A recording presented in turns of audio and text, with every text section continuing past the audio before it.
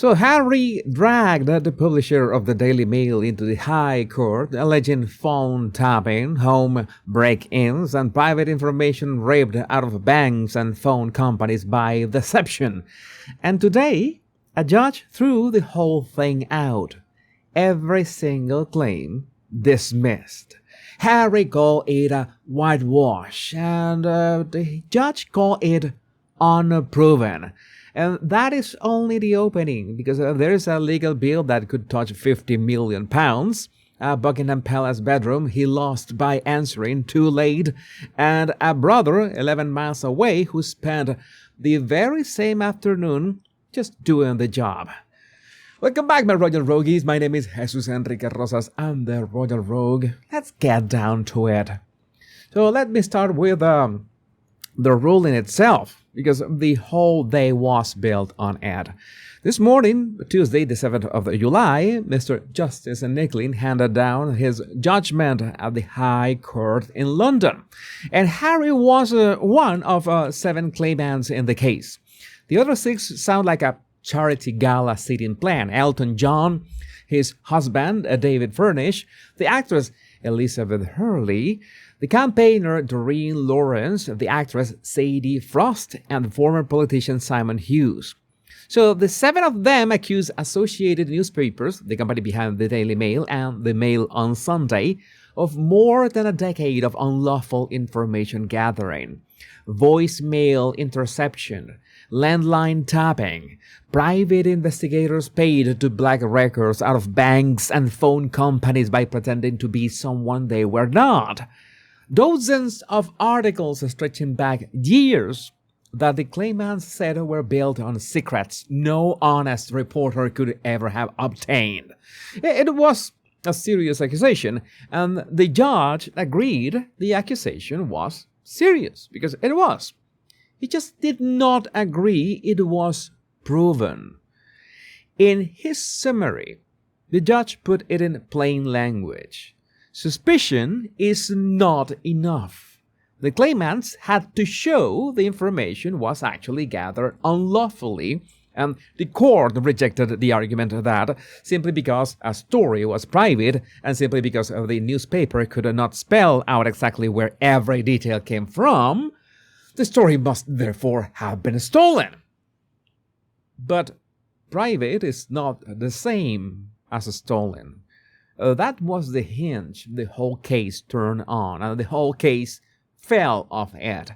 And, well, for Harry, the articles in the claim reach back to the years before he ever met Meghan. Stories about his private life, his relationships, the version of Harry that existed before there was ever a brand to protect. And the court found not one of them was shown to have been unlawfully sourced. Too bad, right? Harry just found out. Well, this was, on the reporting, the last of Harry's long war against the British press, the final privacy suit still standing after years of him marching into court against one newspaper group after another, and it ended the way so many of them have ended. Now, here's the statement Harry put out within hours of the ruling. In his own words, the judgment is a complete and obvious whitewash, but sadly, not altogether unexpected. Yeah, that word, a whitewash. Let's think about that word for a second. A British judge sits through an 11-week trial, weighs the evidence Harry's own lawyers spent years assembling, and find he does not stand up. And the man who lost calls that a cover-up. So that is not the language of someone who went to court to find the truth. That is the language of someone who went to court for a verdict, did not get the one he wanted, and decided the court itself must be rigged against him. And think about what that word actually accuses. A whitewash means the judge saw the truth and deliberately buried it. So it means the whole court, the judge, the process, the 11 weeks of it, they chose to shield a newspaper over a prince. So that is a remarkable thing to say out loud about the legal system of the country whose title you still carry around the world. So Harry has spent years telling us he is the one man brave enough to take on the British press. And today the British legal system looked at his evidence and told him, politely and at length, that bravery is not the same thing as proof. And his answer was to turn on the judge.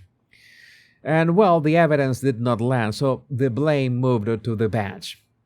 And speaking of things that did not land, let me tell you where Harry actually was when that verdict dropped. He was not in the courtroom. He was across the city at Chatham House at an Invictus Games event, and the judgment came down almost exactly as he was due to step up and speak. So he learned that he had lost and then walked straight to a podium in front of a room full of people. And by the reporting, he looked shaken. His voice was not steady at all. And he got through about 6 minutes. I will be analyzing that body language in a later video. But he told the room, "I hope you leave this conference with a deeper understanding of what the Invictus movement really is." And the event itself did carry genuine news for the Invictus world. Uganda was formally announced as the newest nation joining the international community of competitors. So the movement ticked along around him. But the frame the cameras captured was a man delivering a keynote minutes after a court told him that his signature grievance, the crusade he was stayed his public identity on, was never proven. Now let me get to the number, because the number is the part that does not disappear on Wednesday. This case ran for 11 weeks. It ran on years of preparation, expensive lawyers, expert witnesses, and investigators. The legal costs sitting on the table have been estimated as high as 40 to 50 million pounds. And here's who typically carries that when you bring in a case this size and lose it. The size that lost. Harry and his 6 co-claimants, they did not just fail to win their damages. They walked into a bill that could run to the price of a stately home several times over. And this is a pattern we have watched play out for years now. Harry funds the fight. Harry frames the fight as a mission, slaying dragons, holding a wicked press to account, doing it in the name of his late mother. And then the court, again, and again, and again, tells him the mission was built on a suspicion he could not carry over the line. So, the security case lost, the Court of Appeal lost, and now this one dismissed in full. The dragons keep walking away without a scratch, and the invoice keeps getting longer. And here's what makes today land harder than the others, though. For years, Harry could always point out the next case, the next hearing, the next morning in court where he would finally be vindicated in front of everyone. This was the last one. There is no next hearing sitting in the diary to rescue the story. The crusade he built an entire second act on has simply run out of courtroom. And what is left is a statement calling a judge a liar, and a bill that nobody is going to quietly settle for him. That is one self-inflicted wound that was the courtroom. And the next one was a bedroom.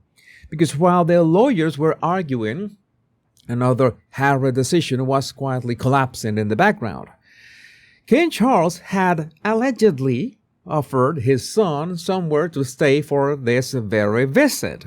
Not a hotel, not a distant cottage, accommodation at Buckingham Palace itself. It seems, I have not confirmed this, by the way, but a room in the 775-room family headquarters, the one in the middle of a £369 million refurbishment, with the household and the security of the state already wrapped around it.